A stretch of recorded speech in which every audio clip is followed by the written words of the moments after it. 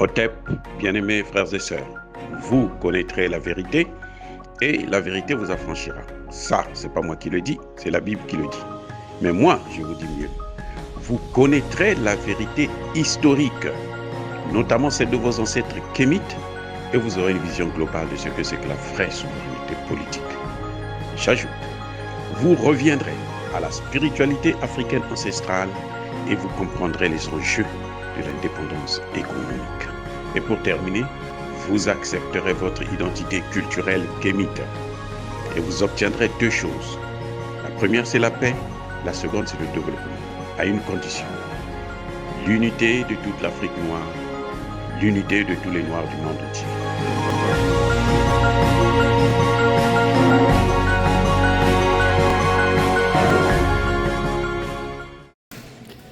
Les amis, je viens de prendre connaissance d'une situation troublante.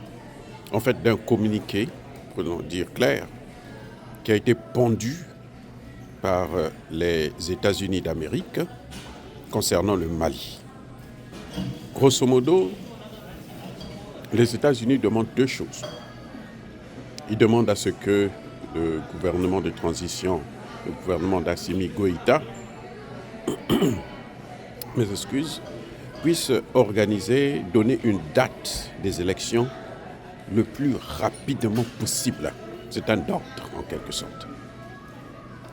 Donc, la première revendication des États-Unis d'Amérique, c'est que il faut qu'il y ait une date des élections et qu'on organise les élections dans l'immédiat. Deuxième revendication, tout aussi stupide que la première, les États-Unis demandent à ce que les militaires puissent donner le pouvoir aux civils. En d'autres termes, Assimi Goïta n'a pas le droit de se présenter lors des élections prochaines. Ou l'un de ses généraux, personne ne doit se présenter. Ça veut dire quoi? Ça veut dire que les États-Unis, en quelque sorte, ignorent la constitution du Mali, qui venait d'être adoptée à l'unanimité avec près de 87 ou 97% de voix au Mali. Cette constitution n'a pas prévu un article selon lequel ils disent que si on est militaire, on n'a pas le droit à accéder au pouvoir, on n'a pas le droit de gérer le pays. Voilà ce que les États-Unis nous imposent. Vous savez, il y a des gens qui, tant qu'ils ne se font pas humilier, ils ne vous laisseront jamais tranquille. Il y a des gens comme ça dans le monde. Ils ont besoin d'être humiliés avant de penser à vous laisser tranquille. Et je pense que c'est le cas aussi des États-Unis d'Amérique. Qu'ils veulent se faire humilier, ils veulent se faire massacrer, ils veulent,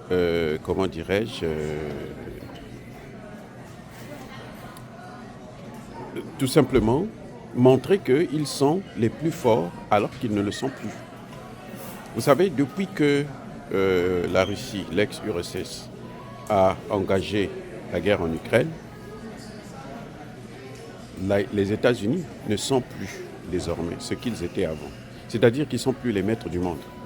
Parce que maintenant, nous allons vers la multipolarité. C'est-à-dire que tous les États sont souverains, tous les États se valent et tous les États ont l'obligation de respecter la volonté populaire des autres peuples.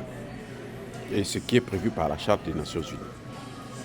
Donc, les États-Unis qui demandent à ce que Assimi Goïta puisse organiser, donner une date des élections et qu'il puisse partir du pouvoir, font ce qu'on appelle ingérence dans les affaires intérieures d'un État souverain qui est interdit plutôt par la Charte des Nations Unies. Et donc les États-Unis, en le faisant, violent la Charte des Nations Unies. Mais pourquoi ils le font? En fait, ils le font parce qu'ils estiment qu'ils ont reçu un mandat de la part de Dieu. Après Dieu, ce sont eux. Et donc, eux, ils peuvent commander le monde. Or, la situation actuelle, elle est différente. Ce ne sont plus les États-Unis qui gouvernent le monde. Il y a d'autres États maintenant qui sont des puissances. La puissance économique, c'est la Chine. La puissance militaire, c'est la Russie. Et la Russie est même en train de devenir une autre puissance économique. Puisque la Russie, actuellement, investit à peu près la même somme que les États-Unis sont en train d'investir en Afrique. Et l'investissement de la Russie est en croissance de 30% par année, alors que celle des États-Unis est en décroissance de près de 30% chaque année. Vous voyez, donc d'ici 2 ans, 3 ans, la Russie va investir plus que les États-Unis d'Amérique en Afrique. Et donc, les États-Unis n'ont aucune valeur de venir nous donner des leçons. Maintenant, ceci dit, il faut regarder un peu d'où vient l'histoire des États-Unis. Les États-Unis ont commencé à, ont assisté, n'ont rien dit contre l'Ukraine. Zelensky a décidé qu'il devrait organiser, qu'il devrait reporter les élections à une date s'inédite. C'est-à-dire qu'il n'a pas donné une date à laquelle il va organiser les élections. Les élections en Ukraine, c'est reporté, probablement jusqu'à la fin de la guerre. Ça, c'est un. Personne n'a dit un mot. Là, pour ce qui concerne le fait d'être militaire, il faut donner le pouvoir aux civils. On apprend aujourd'hui que Idriss Déby a présenté sa candidature. Les États-Unis n'ont rien dit. Donc, dans l'un et l'autre cas, ça veut dire que les États-Unis sont en train de chercher de provoquer le Mali. Pourquoi? Parce que le Mali a fait honte à l'OTAN en chassant les Nations Unies, en chassant la France du Mali et en luttant contre le terrorisme. Parce que le Mali est en train de gagner la guerre contre le terrorisme. C'est pour ça qu'il y a toutes ces pressions pour essayer de reprendre la main à travers les ingérences qui se justifient par l'organisation des élections dans les pays, de la fameuse démocratie. Pourquoi les États-Unis n'ont pas demandé à l'Ukraine de leur donner une date? L'Ukraine qu'ils ont abandonnée, qui est en train de perdre la guerre, pourquoi ils n'ont pas demandé de donner une date? Qui a amené le terrorisme au Mali? N'est-ce pas les mêmes États-Unis, après avoir détruit la Libye? Donc, qu'est-ce qu'ils cherchent en fait de nos pays? Pourquoi ils passent tout leur temps à nous donner des ordres?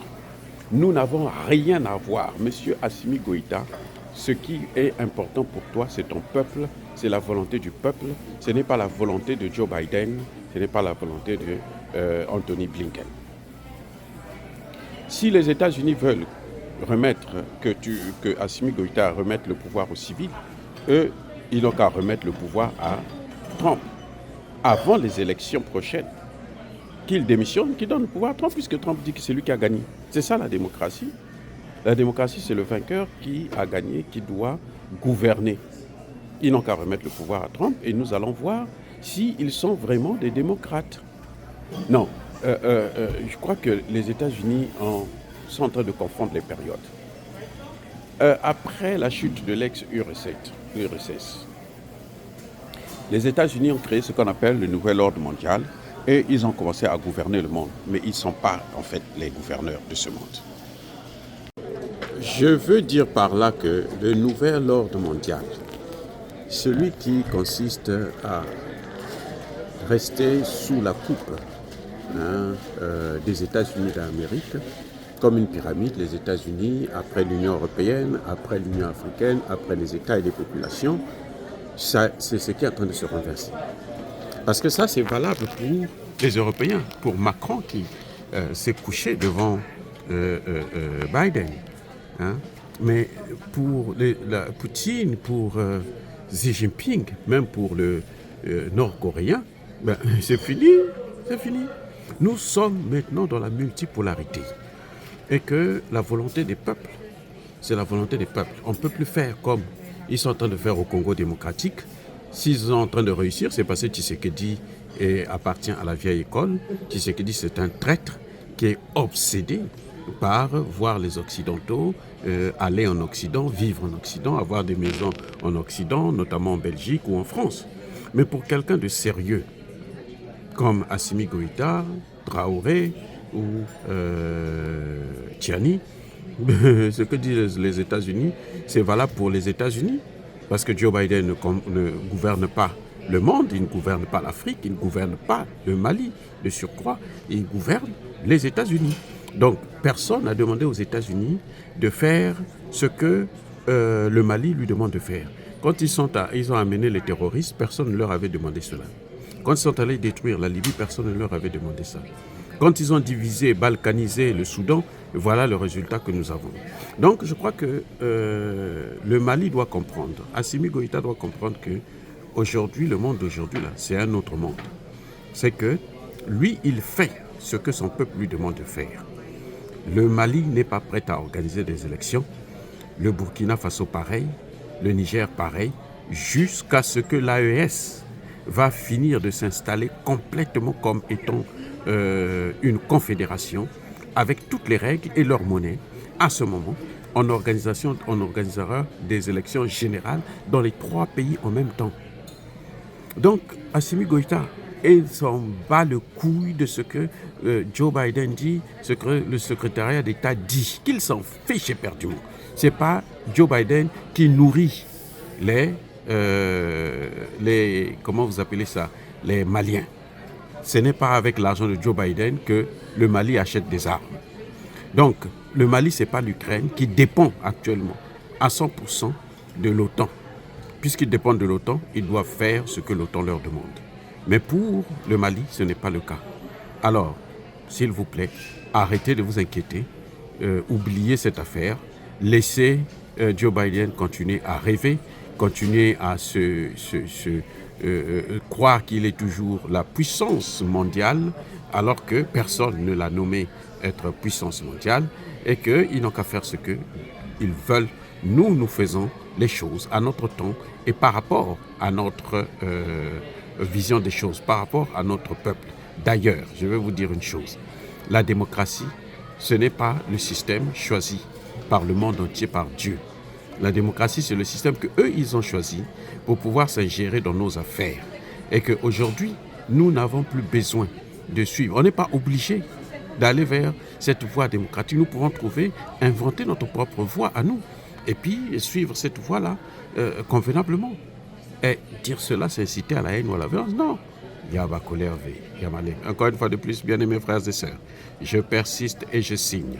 Soyez bénis, abondamment bénis par le Dieu des Kémites et par nos ancêtres angelisés.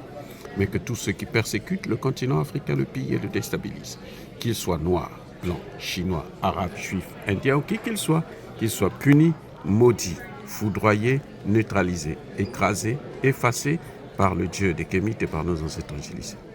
Vive l'Afrique éternelle. J'ai dit et j'assume.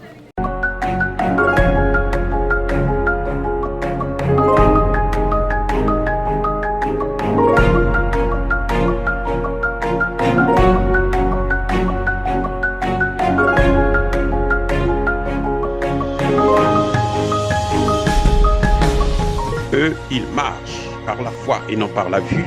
Mais moi, je vous conseille vivement de marcher par la connaissance scientifique et historique, notamment celle de nos ancêtres kémites, par les 5 sens et par l'intelligence. Otep, vive l'Afrique éternelle et que Dieu vous bénisse. Abou Abia.